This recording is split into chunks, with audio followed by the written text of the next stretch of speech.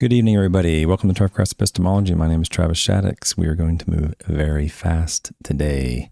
If you're here, you want to know how you know what you know about turfgrass science. Tonight, we're going to be talking about dog urine spots and what causes them and one potential, although it's weak, potential solution or preventative action you can take. We're also going to talk about three hucksters and three con men. One of them is going to be, let's see, what do I got? One of them is going to be a lawn care nut.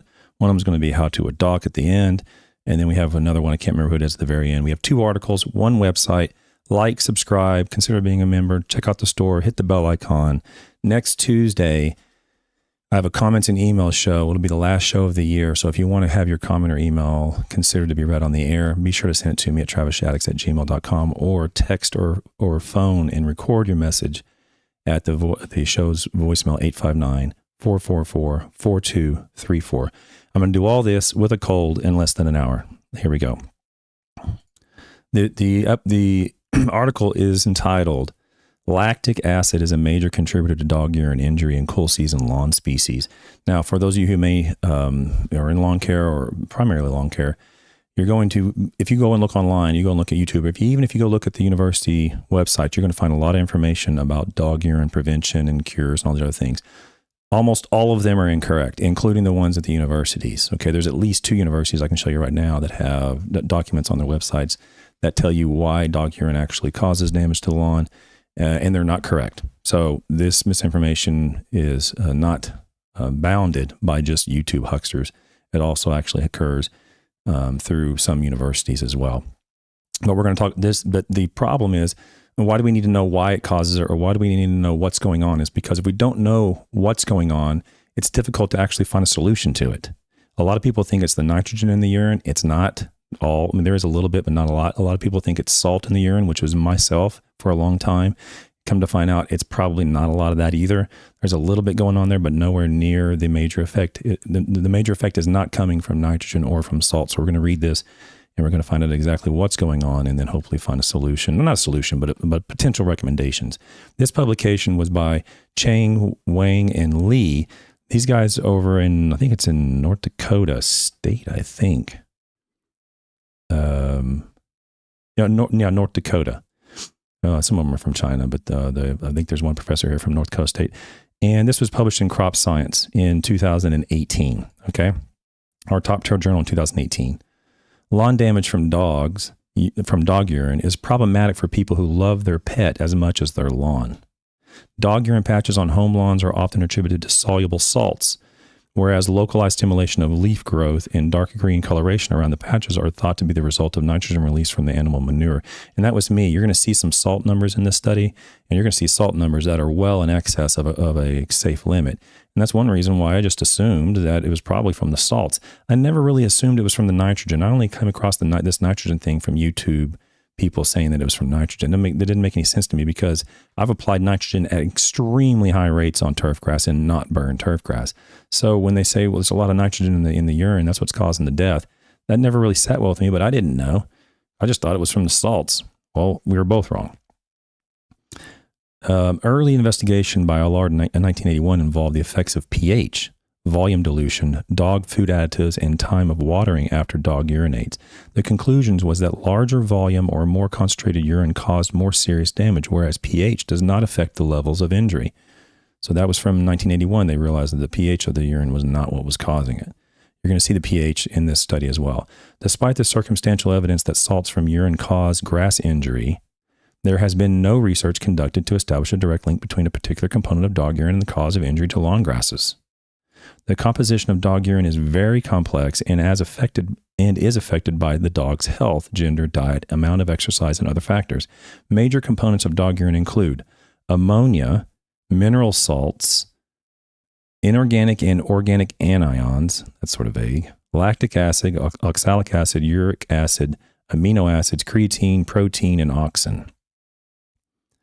All these components can potentially affect the growth and development of turf grasses, either as nutrients, salts, or plant growth regulators. However, the effects of the many other components in dog urine have not been evaluated. The symptoms of lawn injury caused by dog urine and by fertilizer salts are different, with the former typically having a darker green margin that is usually absent in fertilizer burns. Leaf burning in lawn grasses by liquid fertilizer, especially urea, typically happens at N rates greater than 10 pounds per thousand. Yeah, no joke. I don't know why they put that in there. 50 grams per square meter is 10 pounds per thousand. Yeah, I'm pretty sure the turf grass is probably going to burn if you spray out 10 pounds. Don't do that. You'll see burn at, greater than half a pound if you do it the right time of year or the wrong time of year with the wrong end source. You can definitely burn some grass. Having said that, I've put out nitrogen as a liquid, not as a foliar, but as a liquid at extremely high rates and not burned it. As long as you follow best management practices and water it in, you're fine. Given the complexity of dog urine and reported herbicidal effects of some of the major components, and considering the symptom differences between urine and salt damage, it is justifiable to further investigate the effects of different components of dog urine on lawn grasses. The objective of this study was to test major components of dog urine on 3 common cool season lawn turfgrass species and attempt to identify the nature and cause of the turfgrass injury. Now, it's not easy sometimes to get something like this in our top tier journals, and it's a shame. Our top tier journals are driven nowadays a lot by genetics, a lot by very deep level of chemistry and very deep scientific sort of questions.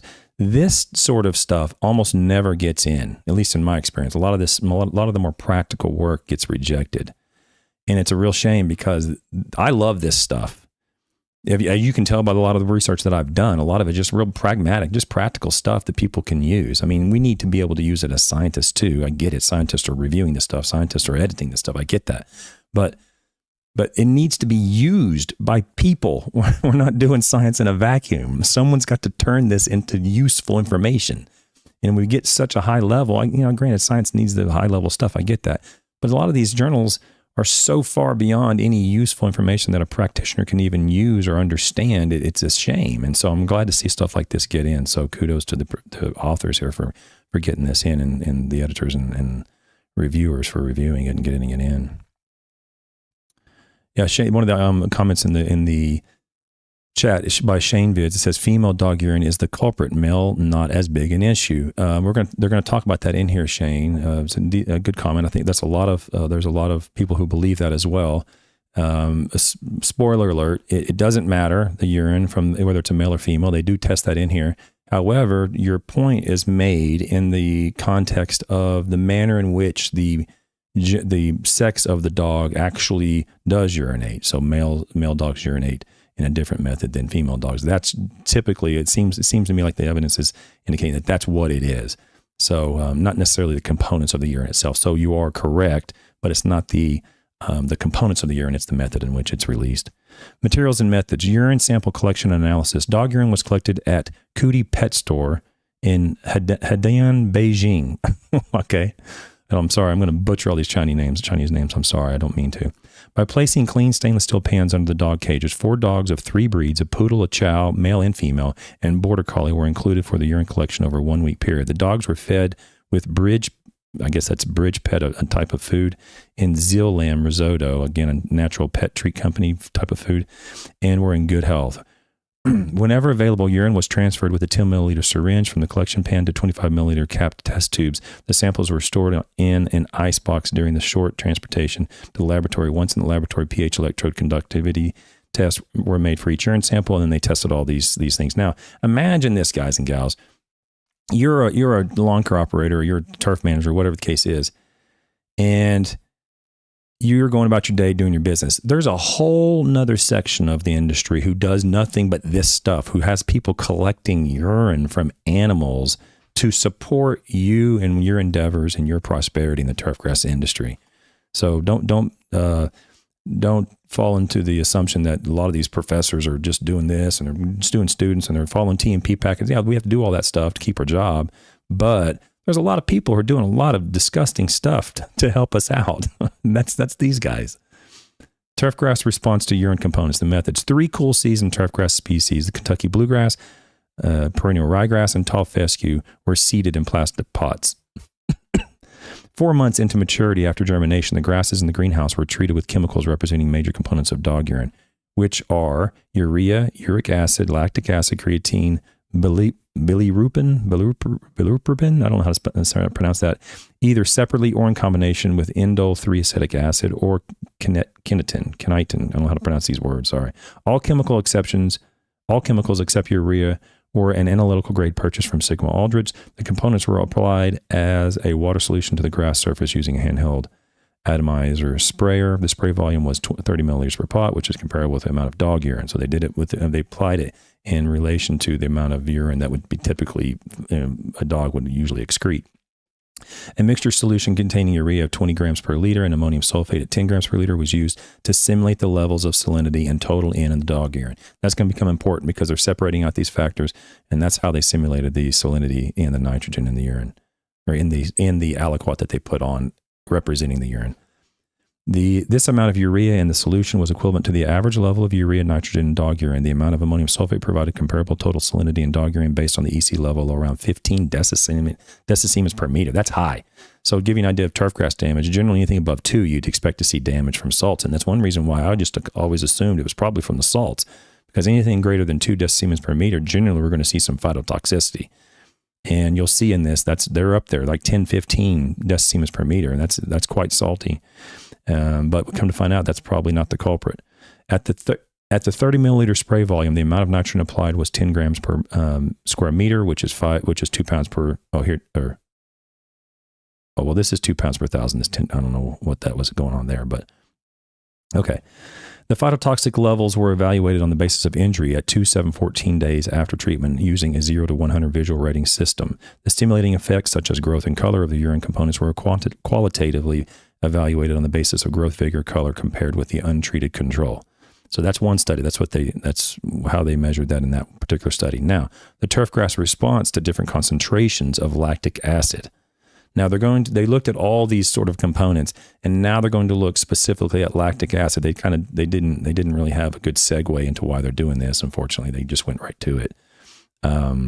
But you have to look at the results of the first part to see why they focused specifically on lactic acid in the second part. But I'm going to read the methodology and then I'll come back. So the turfgrass response to different concentrations of lactic acid. Sod of perennial ryegrass evening shade was harvested from a mature stand in the field in October 2015 and washed free of original soil attached to the root system. The washed sod was then trimmed in size and transplanted to plastic pots at 6 inches in plastic pots 6 inches wide and 6 inches deep, filled with washed sand and peat mix at a 9 to 1 sand to peat. Sorry. 4 weeks after the plants were transplanted, 30 milliliters of lactic acid solution was applied to the turfgrass surface in each pot using a handheld sprayer. The concentrations of lactic acid were 0 to 35 grams per liter in a 10-fold dilution series. A urea solution of 75 grams per liter was also included as a control. The experiment was arranged in a randomized clinic block design. The grass was then evaluated 2, 7, and 14 days after treatment applications for phytotoxicity and growth using the same methods as described above. So they grew these, it was perennial ryegrass, I believe, when they tested lactic acid, and they did it at different concentrations. They applied lactic acid at a 10-fold, so like 35 and then 3.5 and then 0.35 and 0.035 grams per liter is how they did it. And then I guess they had a 0. Now, the field evaluation of turfgrass grown on responses to lactic acid. So we have all the components, then we have just lactic acid in the greenhouse. Now we're going to look at lactic acid in the field to see how they did that. The experiment was conducted on 3 cool season turfgrass, Kentucky bluegrass, midnight perennial ryegrass, and evening shade and tall fescue phoenix in the field plots in the turfgrass experiment station, and this was in China. I ran this latitude, longitude, or the coordinates, and it was in China.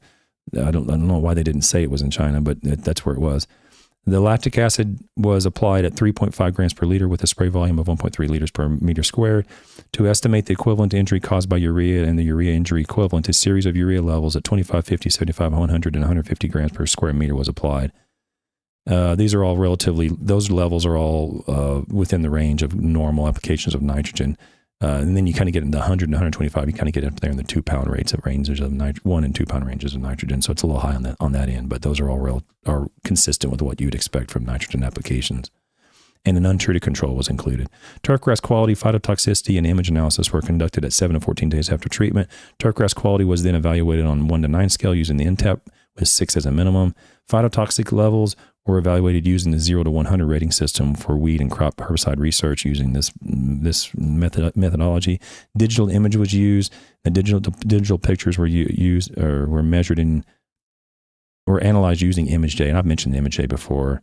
It's a free software anybody can download. It's kind of fun to play with if you've never done it. And the turfgrass, they use the ImageJ for the turfgrass dark green color index. They use it to analyze, and then the turfgrass dark green color index within the image was calculated following the methods by Dr. Karcher and Richardson. The 2 days after the treatment application, leaf samples were collected for measurement of relative electrolyte leakage, and they show how they did that here. Okay, and then they talk about the data analysis. And now we're going to the results, and I'm only 15 minutes into tonight, so I'm moving fast. I got a lot to get to. So to set the stage, they want to know what is it in dog urine that's actually causing this burn. Is it nitrogen? Is it salt? Is it something else? And so they measured the phytotoxic effect of various components inside urine in the greenhouse. And then they also, separate from that, they measured the phytotoxic effect, or to see if there was a phytotoxic effect of just the lactic acid in the greenhouse. And then they did that as well in the field. Okay. So the results and discussion. Oh, let me actually show. Oh, well, it says right here, lactic acid concentrations were in agreement with these. However, the dog's exercises may increase the concentrations of lactic acid in dog urine by a factor of up to 250. So they're talking about the total salts in the urine samples were around 15 decimers per meter. Let me show what's actually in the urine here. I never thought I'd actually repeat that sentence on my channel. But here we go. Table 1. This is all the components of dog urine. And what they had was they had a poodle that was a male. They had a poodle that was a female, and they had a chow, and they had a border collie, okay? And so you'll see the volume that was collected, the pH, the electrical conductivity. This is the salt level, and you'll see 12s, 10s, 11s, 14s, 15s, 16s. These are all decimers per meter. That's quite high. I mean, not knowing anything about it other than that I knew that the urine would have high salts in it. You would assume that would be, the culprit. It's knowing that 2 or greater of salt levels of EC is probably going to cause some problems with turf. You would think that would be the problem, but I was incorrect. And here's the nitrogen. The nitrogen in millimoles per liter, you see 530 to 300 to 700 to 800 to 900 by the border collie. Okay, so you see, indeed, there is high urea nitrogen in urine. That's why it's called urine. Urea, it's a direct derivation of urea. Okay. And then you see all the other components. And down here, you'll see lactic acid, and you see very low concentrations relative to the other ones. It's as high as 3 grams per liter, but it's also as low as like 0.2, 0.3, 0.2 is relatively low. So it wasn't as if you looked at this and go, oh, there's chlorine that's 2,000 parts per million. It must be that. It's not that. It's just, this lactic acid is just one of many other components to this urine that showed up on this assay.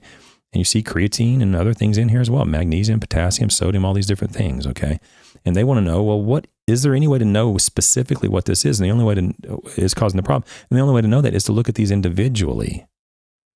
Okay, and so that's what they did. Okay, so now we're going to get down to the results. Turfgrass response to urine components. That's what we want to know. At 2 days after the application, grasses treated with lactic acid started showing symptoms, data not shown. The salinity stress on the grass species caused by urea and ammonium sulfate was not significantly different from the untreated control, demonstrating only slight discoloration at the leaf tips. I should have highlighted that in red. So let me say this again so everybody understands.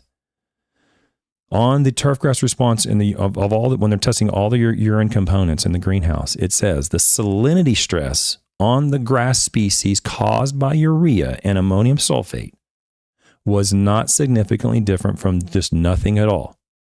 There was only just a very slight discoloration at the tip as a result of the salinity. Okay. On the other hand, urea and ammonium sulfate treated grass showed fertilizer effect as slightly darker in color than the untreated control. So the nitrogen in the urine is causing a beneficial response. The salinity is causing only a very, very slight response, a negative response, and it's not even different than untreated turfgrass at all. Okay. Therefore, the amount of urea nitrogen and the ammoniacal nitrogen did not cause significant leaf injury, which happens in most cases when the urea is applied at this very high rate, this 10 pounds per thousand. So I'm going to show you 3 videos at the end, and I could probably show you 20 more. I can show you at least 2 extension publications from universities in the United States that say nitrogen is causing it, or the salt is causing it, causing this burn. And it's important that we understand, well, Travis, okay, it's something else, big deal. Who cares? It's important to care because we can't solve the problem unless we know what the problem is. We have to identify what exactly is this in here so that we can, our management programs, and we can begin developing management programs or to begin developing hypotheses to test to figure out how we can potentially help the end users. Imagine if we found a product that could eliminate all dog urine spots in the backyard. That thing would sell like wildfire. So that's why we need to know, okay? The amount of ammonium sulfate which contributed to the total salinity was probably more responsible for the leaf tip firing. However, the injury caused by ammonium sulfate was not as serious as that caused by lactic acid, table 2. So they're saying the ammonium sulfate probably caused a little bit, but it wasn't hardly anything at all. Now you'll see right here, turfgrass responds to different major chemical components of dog urine.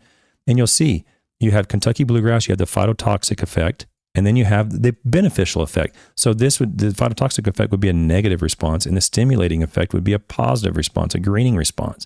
And you see here across the board, lactic acid plus this IAA, and lactic acid plus kinetin. You see 70, 83, 86% phytotoxic effect and no stimulating effect.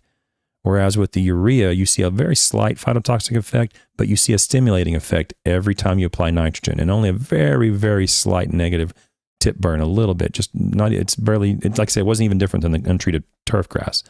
But every time you see a phytotoxic effect from lactic acid, you don't see anything from creatine, anything from uric acid, anything from this bilirubin, nothing.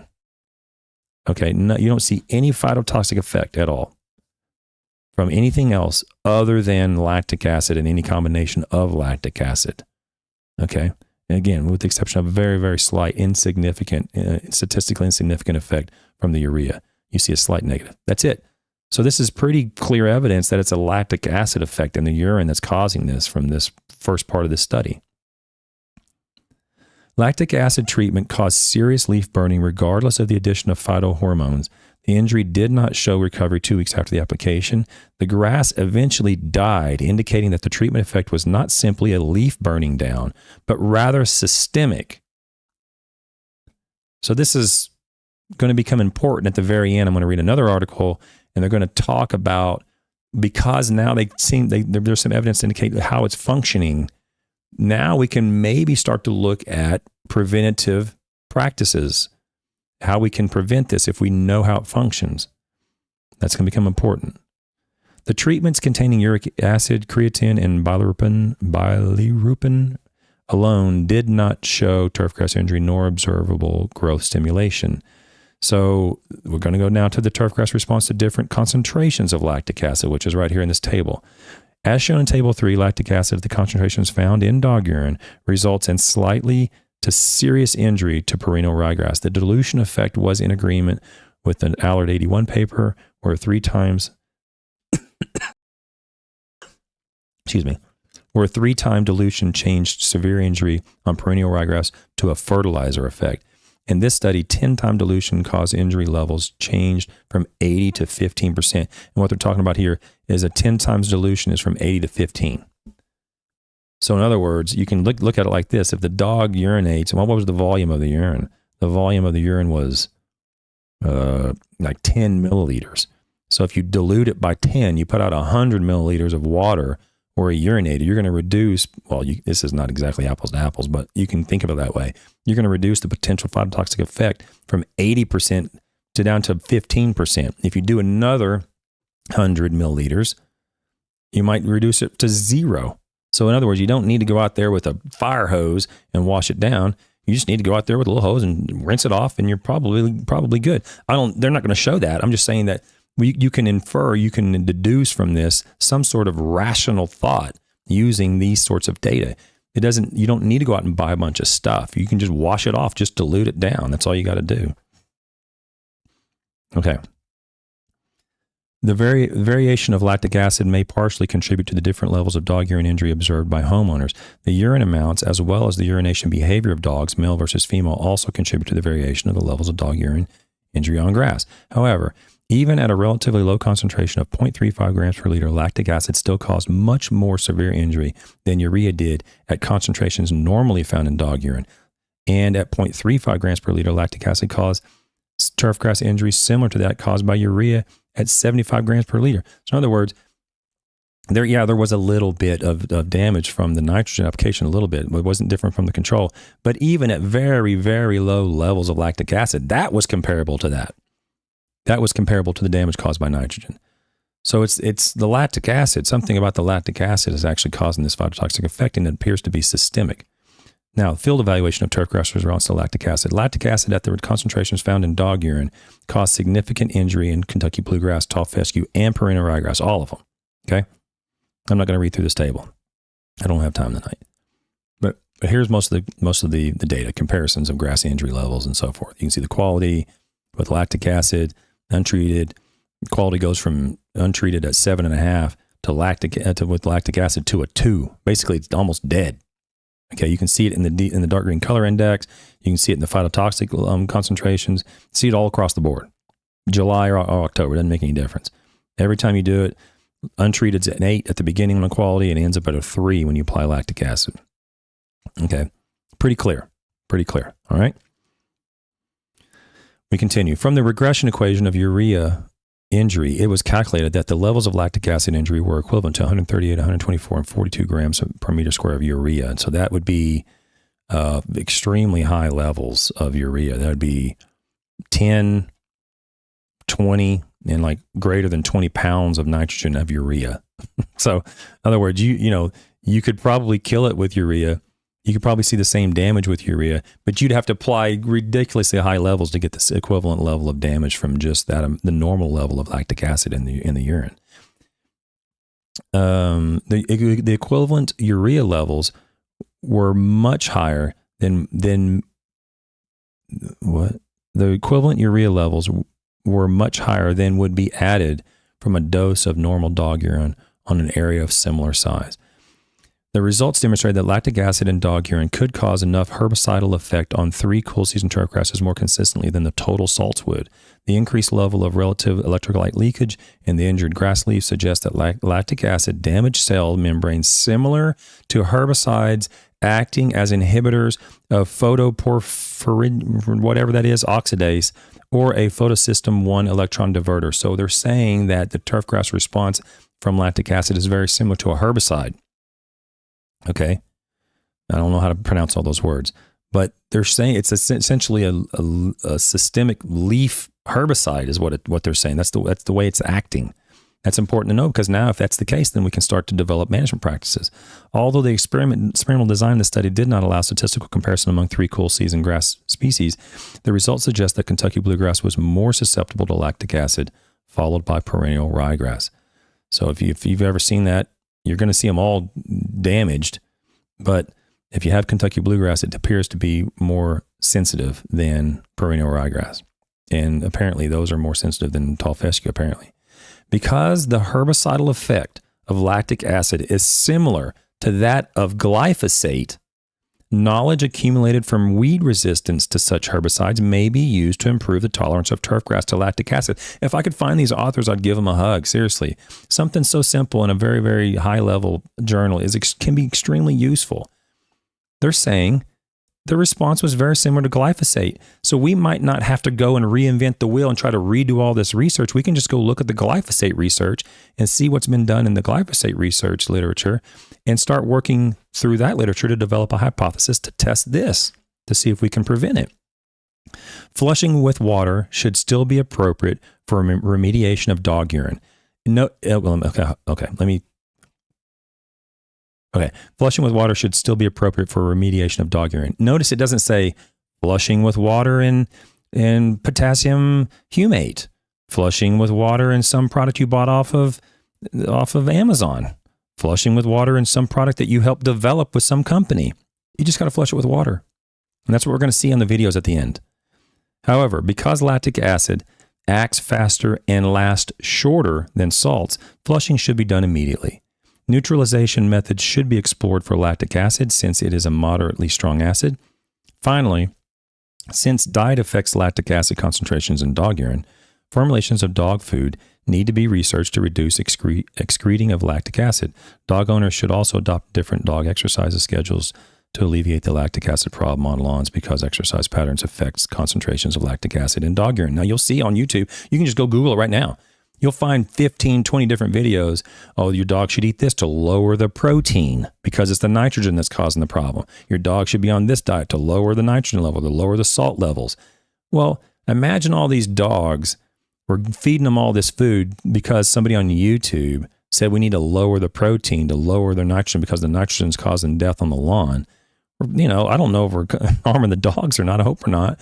But we're fidgeting with their diet because we think we know because we watch something on YouTube. These hucksters and these con artists are selling you a bunch of food and a bunch of products that don't do squat, taking your money. And now we have a paragraph in a scientific journal saying, yes, diet can be important. Exercise can be important for these dogs, but it has to target this particular acid, lactic acid, not the nitrogen and not the salt. This is why this type of this research is so great to read, to see. The conclusions. The results from this study showed that salts in dog urine can cause injury to cool season turfgrass, but the injury level were not as high as that of lactic acid found in dog urine. Remember, the damage from salt was not any different than the untreated. It was just slight observations of tip burn, but it was equivalent to not treating the turf at all with salt. By treating grasses with salts and lactic acid separately, it was shown that lactic acid components in dog urine contributed to significantly and consistent injury to Kentucky bluegrass, perennial ryegrass, and tall fescue. Although both cause grass injury, lactic acid was perhaps a more potent component than the salts at natural levels in dog urine. That's it. That's all that paper is. It's a very detailed paper, very well thought out paper, very straightforward and practical paper. Okay. Now, what we're going to do now that we know, or at least we should be becoming convinced that it's probably not the nitrogen, it's probably not the salts, it's probably lactic acid, it's probably not the breed of the dog, it might, or not the breed of the dog, it's not the gender or the sex of the dog, it might be the manner in which they do urinate, but it's not the components in the urine. We know these things. Now we can go and we can make wise decisions. Let's go see what the people on YouTube say. This is what I always get a kick out of. I used to do this. I used to do videos and science articles in the same night, but I haven't done that in a long time. So now we're going to go watch a video from a channel that all three of these channels we've watched before. Yeah, let's see here if I can get this going.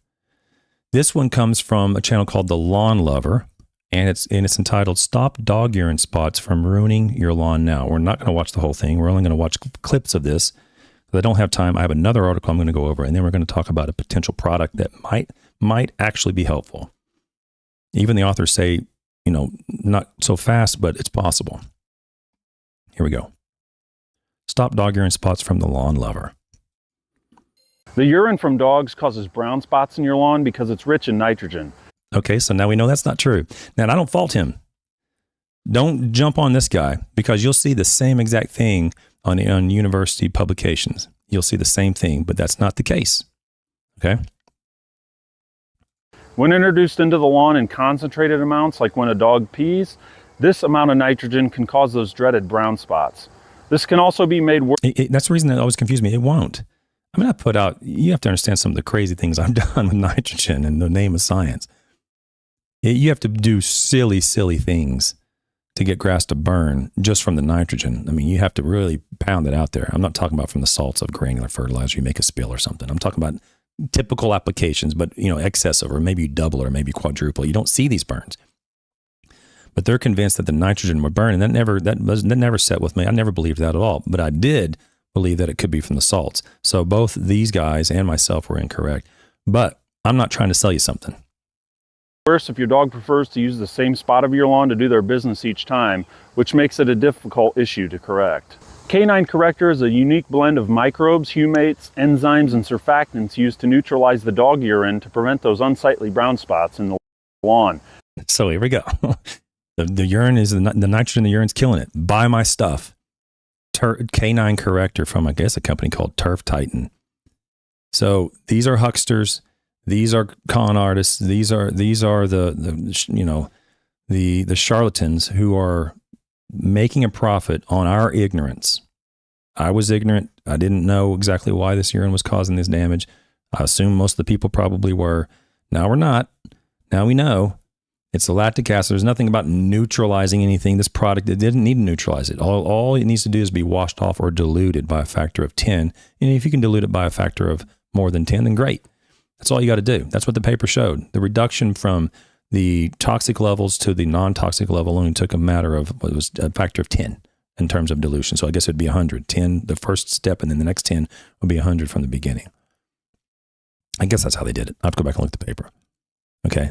But that's what you get from these guys on YouTube. Buy my stuff. There are no harmful chemicals in this product, meaning that it's safe for you, your pet, and the environment too. This product comes in a 32-ounce bottle with a hose end sprayer, and the company recommends to make your initial application of canine corrector to the affected area and then make a repeat application 2 weeks after at the same rate. I mean, it just drives me nuts. And you can imagine how many people have been fooled by this. So that's the lawn lover. Nitrogen causes the burn. Buy my product. Okay. This product's going to solve it. Well, he's not the only one. We have Steve from How To with Doc. Let's see what Steve has to say. Okay, so how do we prevent pea spots? Well, first of all, let's cover what causes the pea spot. Okay, good, because we just did. Let's see what he thinks. A dog's urine has very high urea or nitrogen inside of it. Okay, so we know it's not the case. And please, don't fault him for that. I'm not laughing at him. I'm not making fun of him at all. I was wrong too. I thought it was salts, and I was wrong. He thinks it's nitrogen. No problem. He was wrong. We're both incorrect. But whether it was nitrogen or whether it was salts, applying something to solve it buying a product isn't going to solve that. Just apply some water and dilute it down. Okay. But let's see what he has to say here. I got to keep track of where I'm at. Here we go. It's basically, especially for a girl dog that squats and pees, it's like taking a handful of fertilizer, dumping it on the lawn, and it burns. Yeah, and that's not the case at all. And that's the reason I'm saying fertilizer burn never looked like that. You'll see a dead spot, and then you'll see a green ring around these urine spots. That's not the way fertilizer burn looks. Fertilizer will burn down and be dead. You know, you don't see that. So that was never my thing. I never believed that. But nevertheless, we were both wrong. And it sits there and burns, and that nitrogen takes a long time to go away, and it takes a long time for that grass to grow back inside of it. Well, why would it, Steve? If you're applying nitrogen, why would it take time for turf grass to grow back in when you have high levels of nitrogen available to grow? That doesn't make any sense. You know. Now, if it had salts in there, that might make sense, but come to find out, the salt levels weren't high enough. There really is no way to reduce nitrogen in dog urine. The only way to do it is to lower the protein and to have a higher quality protein. Now, so why would you going to start messing around with an animal's diet and their well-being because you think you're going to lower the nitrogen? That's the concern. So this is why we're here. We don't need to do that. They do sell. There are products out there, supplements that you can give to your dog that supposedly reduce the amount of nitrogen. There is no clinical research or peer-reviewed research out there that show that these products reduce the nitrogen levels inside of dogs' urine. That's number one. Number two. It's funny how he says that. There's no peer-reviewed research that says this. And then at the end, he's going to hawk his product that also doesn't have any peer-reviewed research. He's perfectly okay or he has a major concern with using these. He has a major concern using dietary products that aren't peer reviewed, but he has no problem selling his product that has no peer review. It's funny. Some of these products claim that they help with the pH. pH is not the problem in your dog's urine. That's true. pH in a dog's urine is 6 to 7, somewhere in there, which is fine for grass. True. That's perfect pH for grass. That's true. So it's not the pH. True. It is the nitrogen level. So now Steve knows it's not the nitrogen. Now we all know it's not the nitrogen. We're going to skip forward to 3:30. And we go to 330. 2 months ago. This product has 3 basic components to it. Okay, so now he's going to sell a product. So let's listen and see what he says. He's got some product that's going to cure this problem. Number 1, it has a green organic lawn dye, which is pet and kid safe. So when you spray it, it actually dyes that brown spot green.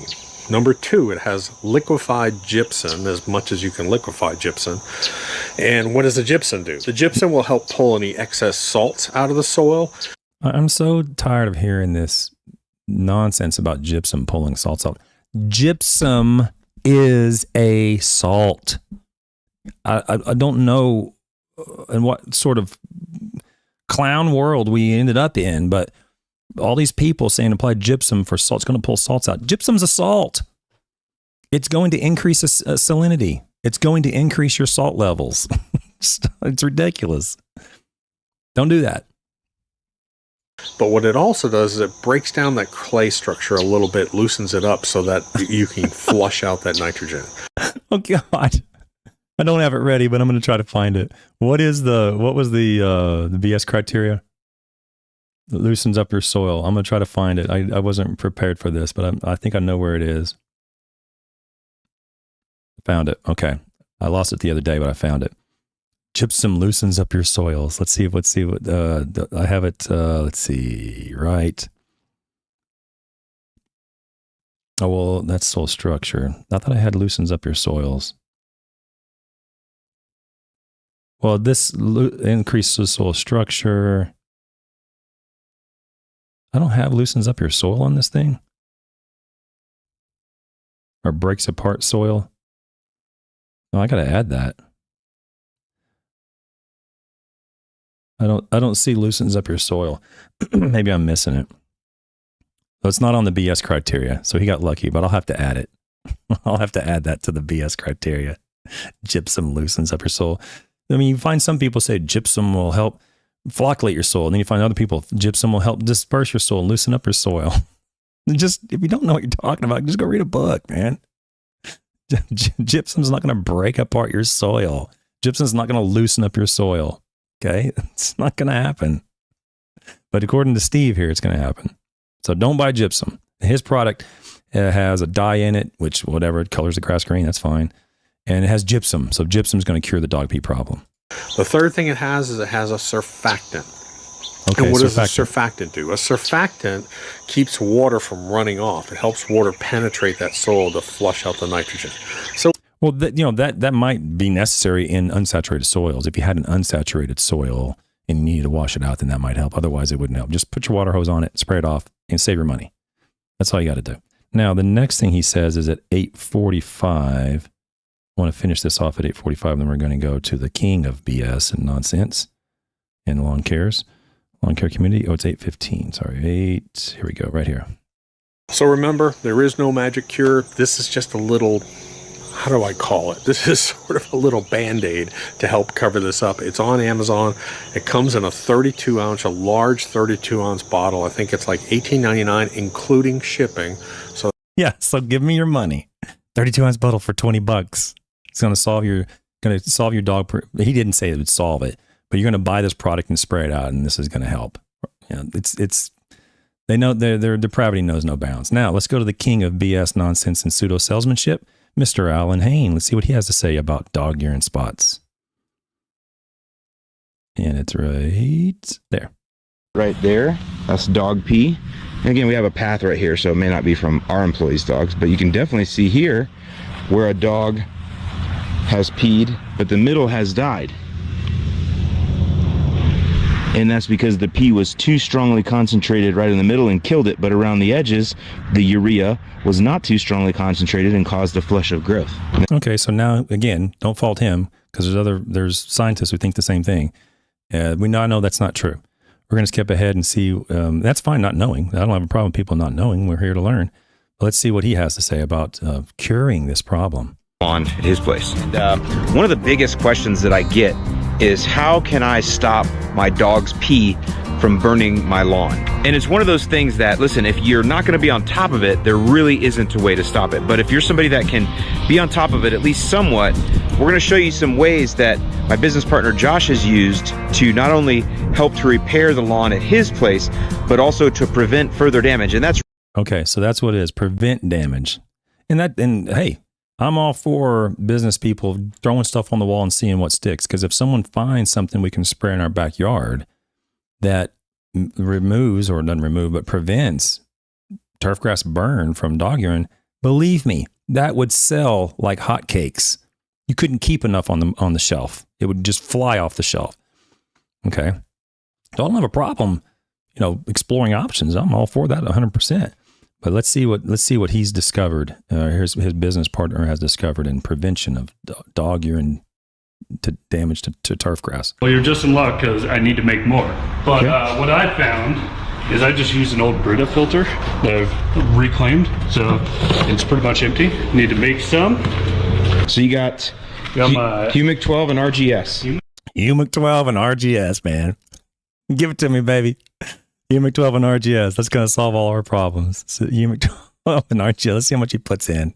12 and RGS. Okay. And for this, it's 1.5 gallons. So at 6 ounces per 1,000, or 6 ounces per gallon, I do 9 ounces to fill this up. So there's the recipe on the screen. 9 ounces of Humic 12, 9 ounces RGS, and 1.5 gallons of water. So buy my stuff. Now he goes out and puts it out. We're going to watch this real quick, and then we're going to go to another article. He goes out and puts it out, and he mentions 1 or 2 things I want to talk about, and then we'll move on. I think it's right here.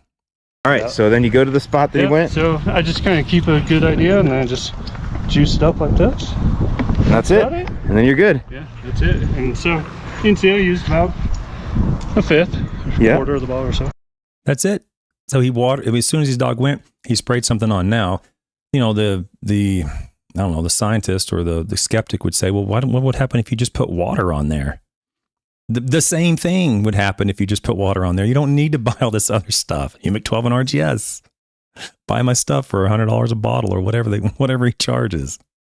All you got to do is just get some water. If you're going to go out and follow your dogs around and rinse it off, that's going to very likely greatly reduce any damage.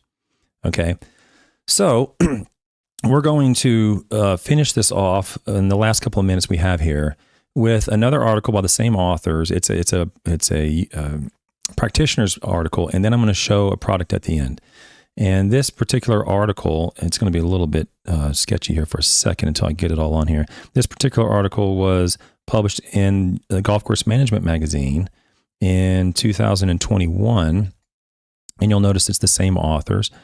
Pardon me while I get this all situated on the screen here for the viewers. And the title of this is Reducing Turfgrass Damage from Dog Urine. And we're going to talk there's going to be a lot of the same stuff that we just talked about from this particular paper, on scientific paper. But at the end, they're going to actually show a separate paper or separate project that they did. And they have a little bit of information about a product that you might be able to consider, although they make it clear that it's not really that, where they don't have that much confidence, but there was a little bit of a blip on a radar sort of thing. Okay, reducing turfgrass damage from dog urine. Dog urine damage on turfgrass has recently been shown to be caused mainly by lactic acid rather than soluble salts in dog urine. The objective of the study was to compare 2 cultivars of 7 commonly used turfgrass species: Bermuda grass, creeping bentgrass, Kentucky bluegrass, perennial ryegrass, strong creeping red fescue, tall fescue, and zoysia grass to determine their relative tolerance to dog urine. Lactic acid at 35 grams per liter of water was used as a substitute for dog urine in the screening. We also treated 29 Kentucky bluegrass cultivars, 9 perennial ryegrass cultivars, and 26 tall fescue cultivars with lactic acid and compared their relative tolerances. So for those people who are wanting to know, hey, I got tall fescue in my backyard, I got Kentucky bluegrass in my backyard, or whatever, is my turf particularly tolerant to this? You're about to find out. In general, Bermuda grass and zoysia grass were more tolerant to lactic acid than the cool season grasses were. Tall fescue, creeping red fescue, perennial ryegrass, Kentucky bluegrass, and creeping bentgrass tolerated lactic acid in descending order. So that's the descending order right there. Okay, so if you want to know which one's most tolerant of your cool season grasses, it starts at tall fescue and it goes down to creeping bentgrass. And Bermuda grass and zoysia are the most tolerant. However, lactic acid tolerance varies widely within species. Each species had cultivars ranked as tolerant to dog urine with less than 15% green color density decreases and less than 80% phytotoxicity. These cultivars were, so here's some cultivars: Arid 3, Ruby, Green Label, Jaguar 3, Aries, and Justice Tall Fescue. Accent 2 and Fairway Perennial Ryegrass, and Superglade and New Destiny Kentucky Bluegrass. So those were differences, or greater tolerances were measured even within cultivars of the same species. There was differences. They're not saying go out and buy this because you're definitely going to eliminate your problem. That's not what the authors are saying. What I would say is, the way I would read this is if you want to reduce your risk, basically move the numbers a little bit into your favor, then I would consider one of these cultivars. If you have 2, Weimaraners in your backyard and they're, half the yard's dead and you want a nice yard, it's not going to solve the problem, but it'll help kind of move some numbers into your favor, potentially reduce the damage from what you're looking at now. You're still probably going to have damage, but it's those are a little bit more tolerant. Okay. Now, the last little article here is called "Can Water Repellents Protect Turf from Dog Urine Damage?" Water repellents. I want to make sure we're clear before I even talk about this. I'm not saying go out and apply a water repellent. Neither of these authors. I don't have any responsibility for anybody that follows these recommendations at all. I don't hold any ill will if you go try it, but I also don't hold any responsibility. Water repellents can be useful, but if you're going to go out and say one is good, so I'm going to apply 5, you're fidgeting with the physiology of the plant and the transpiration of the plant. So be careful. But this is what they found in this. Basically, it's a pilot study. A preliminary experiment showed that the mode of action of dog urine damage on turfgrass is similar to that of glyphosate herbicide. We hypothesized that the physical structure of the turfgrass, such as leaf blade width, leaf hair, and surface wax, contributes to the tolerance.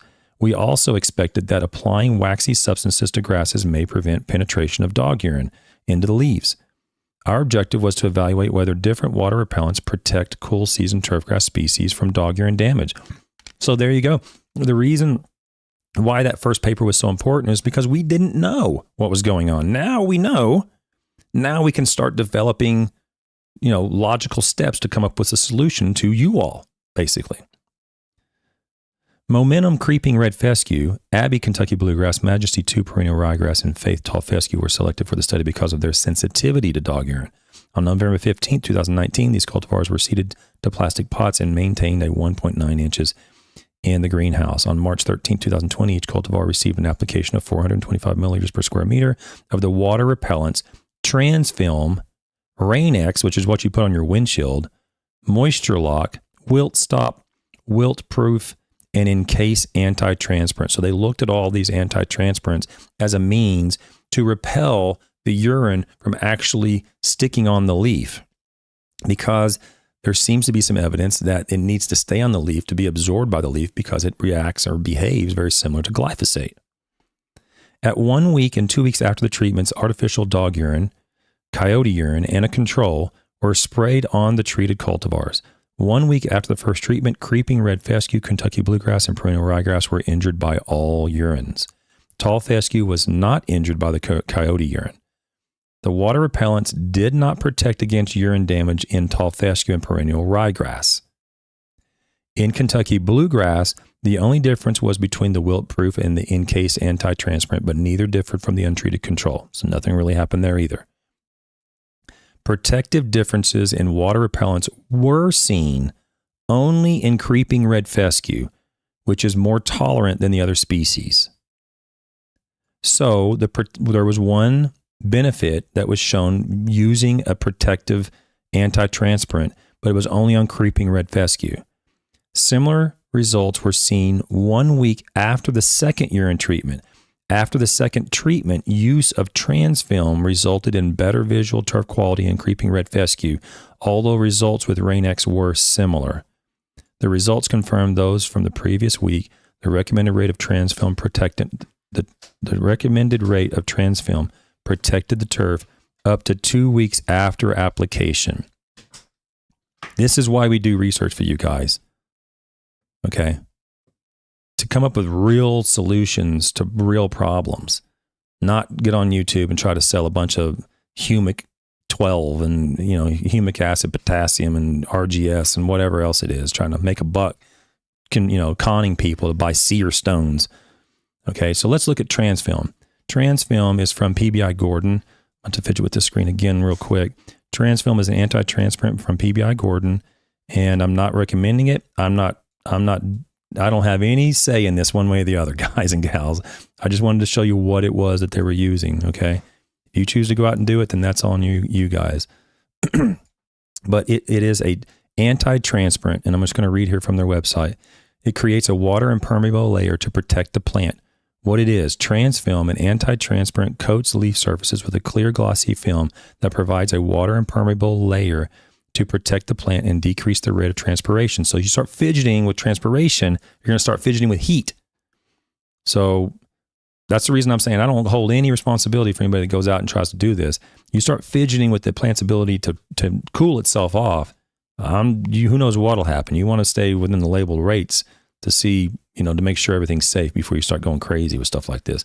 A single application of Transfilm in late fall provides durable winter protection from for shrubs, trees, and golf greens, and a spring application helps reduce dew formation and leaf blade wetness. A Transfilm application prior to transplanting also helps reduce transplant shock to plant shrubs and sod. Okay, so I wrapped it all up, and it's 56 minutes. I told you I'd get through it. Tonight. What did we learn tonight? We learned that dog urine does damage turf grass. We all know that, but it's not from the nitrogen. It's not from the salts. It's from lactic acid that's in the urine, and a dilution of 10, if a dog urinates 10 milliliters, a dilution of that 10 milliliters by 10, so 100 milliliters, would almost eliminate all risk of burn. If you did it again by another 100 milliliters, or I guess a liter or whatever you want to do, you just rinse it off with a water hose and you're good to go. You don't need to go to listen to these hucksters and these con men and these quacks on YouTube selling a bunch of stuff, curing or preventing dog urine spots in your lawn. And there's plenty of YouTubers who do have very good recommendations. Ryan Knorr is one of them. Ryan Knorr has a video on his website about dog urine, and he just says, hey, this is what happens. He shows a plugger, he removes the plug, he replaces it. He talks about trying to get the dog to use in a different area, but he doesn't go in there and try to sell a bunch of product. He's not trying to sell you a bunch of junk that there's no evidence to support. There's some practical advice out there, is my point, by some other YouTubers. I'm not knocking all YouTubers. Okay. But if they're trying to sell you a bunch of stuff, check your sources. Okay. Check your sources. Because there's in stuff like this, there's a pretty good chance you're being taken for it. You're taken advantage of. Okay, guys and gals. Next, please like and subscribe to the video. Like the video, thumbs up the video. Consider consider being a subscriber. Hit the bell icon. Consider being a member. Next Monday's member only stream, we'll have that. Next Tuesday we'll have another video, and then Tuesday night will be the email and comments video. That'll be the last video of the year.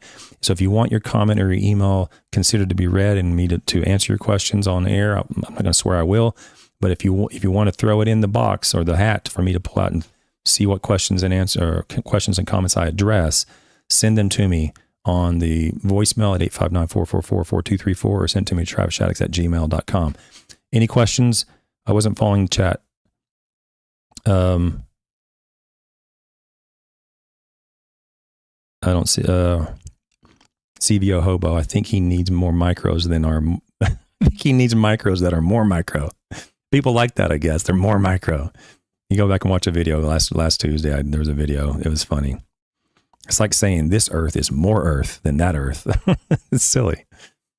All right, guys. No questions. I'll see the members on Monday morning. I'll see you all on Tuesday morning next week. And this will be again on Tuesday evening next week for comments and emails. Thanks, guys. Have a great week. See ya. Bye.